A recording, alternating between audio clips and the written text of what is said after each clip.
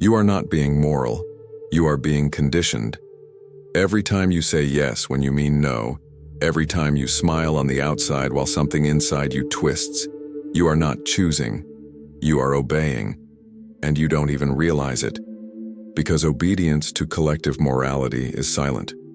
It starts with small gestures, silence to avoid conflict, lies to maintain an image, fear of disappointing those who never asked you who you really are. And when you realize it, you've already forgotten the sound of your own voice. Carl Jung knew this. He knew that behind correct behavior can lie the greatest corruption, the kind that is not visible, is not punished, is not commented on, but it consumes you from within. The betrayal of conscience. Marie-Louise von Franz, his closest collaborator, spent her life interpreting fairy tales from around the world. And the more stories she read, the more she noticed something strange.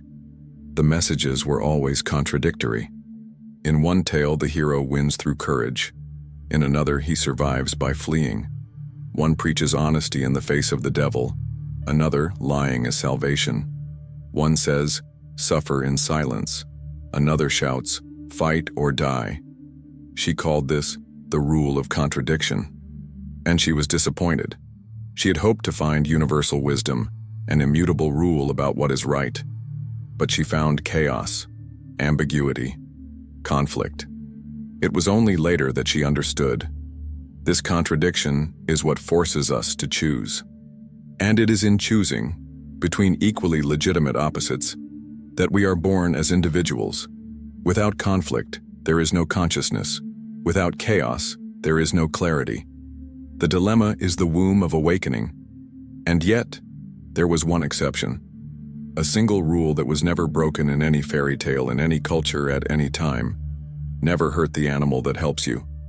This animal is a symbol of your intuition, of your deepest instinct, of the voice that whispers when the whole world screams the opposite.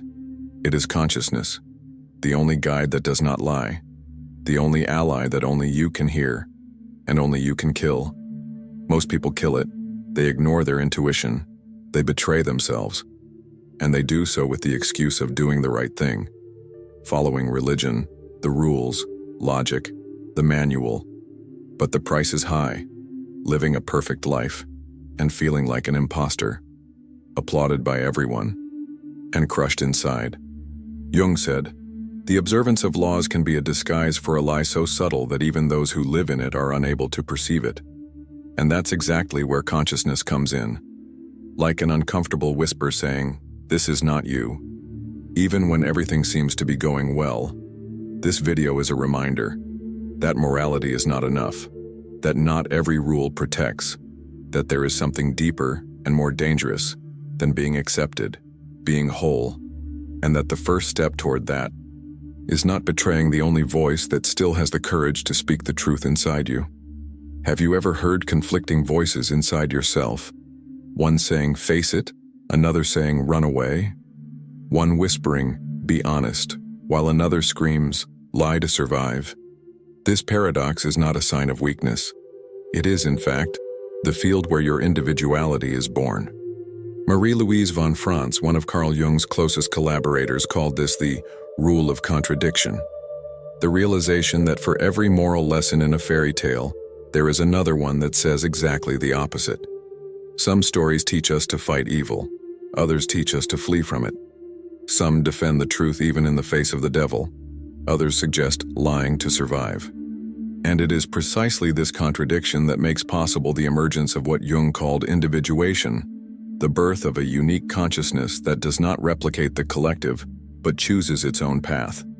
You are not stuck between right and wrong. You are being forced to decide, and therein lies the danger and the power. Because at the very moment when the world forces you to choose between two opposites, a third way opens up, your own. It is only when the world stops giving you ready-made answers that you begin to construct them for yourself. But among all these contradictions, there was one rule that no fairy tale dared to break. The exception. The only universal commandment. Never hurt the animal that helps you.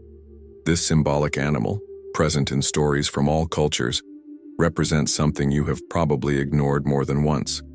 Your own conscience. Von Franz made it clear. The animal that guides, protects, and directs the hero of the tale is not just a magical creature. It is the instinct that pushes you away from what destroys you. It is the intuition that whispers before catastrophe. It is the silent impulse that shows you who you really are, before the world defines it for you. And Jung confirms it. This inner voice, this conscience, is more than moral judgment. It is a form of emotional knowledge, a radar that detects the real value behind the actions you consider taking. When you feel that inexplicable tension before a decision, it is him, the animal you cannot hurt. But obeying your conscience is only simple when it agrees with what the world wants. The problem arises when it says, "Don't do that," while everyone else expects you to. When it screams "go" while your family says "stop." When it commands silence at the exact moment when everyone is waiting for you to shout. Most people choose to ignore it. Because following your conscience often means breaking with everything that is safe, validated, and accepted. But ignoring it comes at a cost. A cost that doesn't show in the eyes of others. It shows in your own reflection. That's the blind spot of blind obedience to collective morality. You may appear fair, you may even be applauded on the outside, and still hear an inner voice saying, "This is wrong." And that voice doesn't scream, it gnaws, slowly, like a silent betrayal against yourself. This is the pain you cannot explain. The feeling of living a life that is not yours, even if everyone says it is perfect. Because when you hurt the symbolic animal, when you ignore your conscience, something dies inside you, and the world will not notice. But you will. Always. But not every inner voice is a guide. Some are disguises.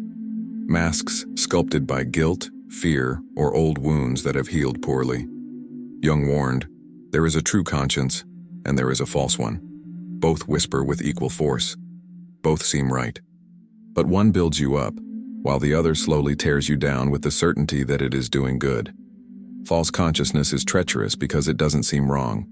It dresses itself in virtue.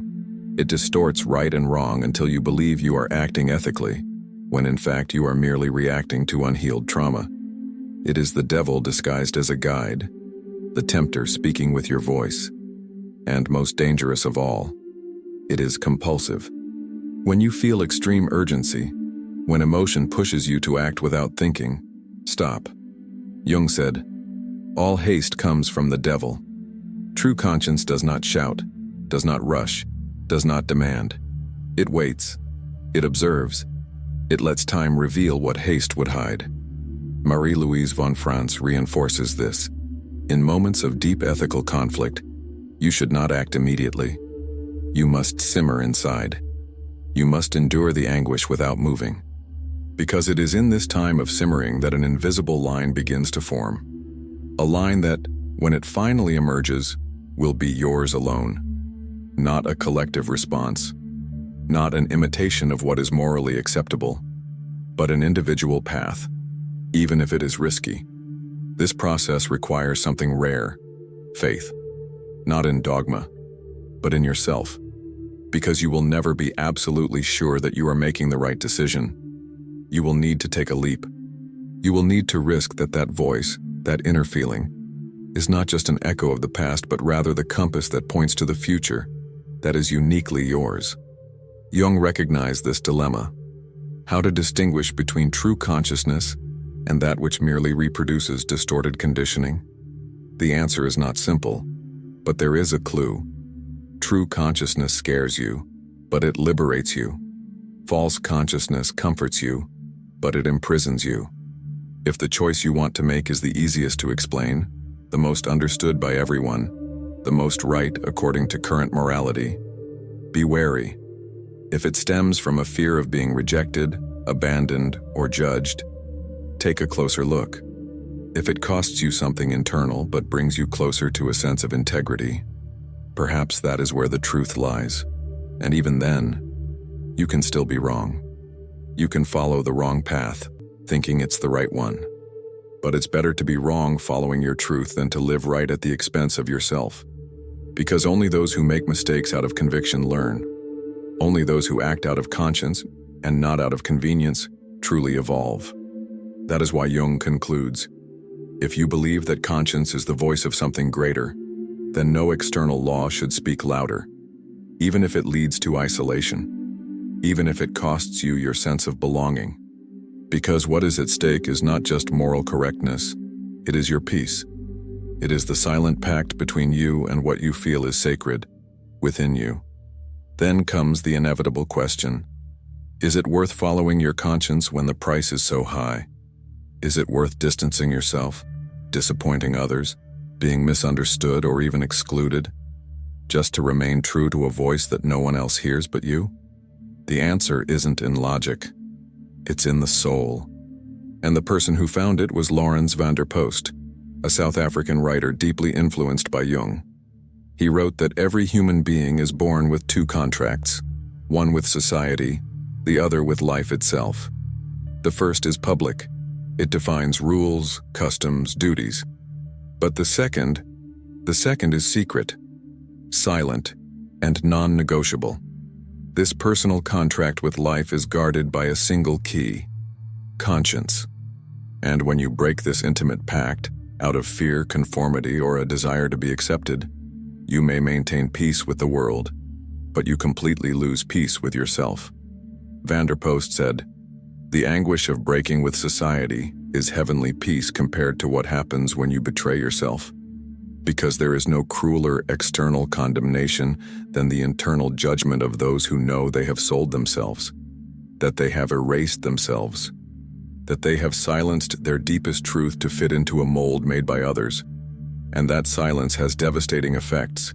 It generates a specific type of suffering, the sickness of the soul, a pain that does not scream, but weighs heavily, that does not destroy you all at once, but undermines you from within. It is the constant feeling of living a lie, even when everything seems to be going well. It is what Dostoevsky called the disease of the self, an evil that arises when someone strays so far from their conscience that they begin to feel strange within their own body, their own history, an existential imposter. And this feeling does not go away. It accumulates. First comes guilt, then shame, then the feeling that you don't deserve to be seen, loved, heard. And then one day you wake up and realize the version of yourself that was accepted by others is exactly the one you had to kill to be accepted. You conquered the world, but lost yourself. That's why following your conscience is not a moral act. It's an act of internal survival. It's protecting the only bond that still keeps you whole when everything around you is asking you to break yourself to fit in. And the most brutal truth? Most people won't understand. They'll call you ungrateful, rebellious, irresponsible, because true conscience doesn't shout in a group. It whispers in the dark. Only you can hear it. Only you can answer it. So when it comes, even if it comes weak, hesitant, timid, stop everything. Listen, feel. And if you have to choose between pleasing the world or honoring that voice, remember, only those who live at peace with their conscience can lie down at night with silence in their hearts. Everything else is noise, appearance, performance. But you weren't made to act. You were made to awaken. And that awakening begins with a no that you may be afraid to say. But your conscience, that old, silent animal, is already screaming inside you. Most people don't hear that cry. And when they do, they turn away. They pretend it's just a passing doubt, an exaggerated concern. But time does not forgive this kind of betrayal. Every time you ignore the voice of your conscience, it weakens. Not because it loses strength, but because you get used to not hearing it. And what was once a roar turns into a whisper, then silence. Until, one day, you no longer know what you feel. And what happens when someone no longer knows what they feel? Simple. They start obeying the feelings of others. They start moving out of expectation, out of a need for validation, out of fear of judgment. They live according to what is acceptable, not what is true. And that's where self-abandonment begins. Not abandoning others, but abandoning yourself. Jung warned, this is the point where individuals lose their souls without even realizing it. They continue to function. They work, smile, fulfill roles. But inside, there is no one in charge. Consciousness has been replaced by conformity. Instinct has been stifled by habit. Authentic desire has become an echo of the will of others. But there is a moment, a specific instant, almost always during chaos, loss, or rupture, when that soul tries to return. It is when everything seems to be falling apart on the outside, and suddenly on the inside, something pulses.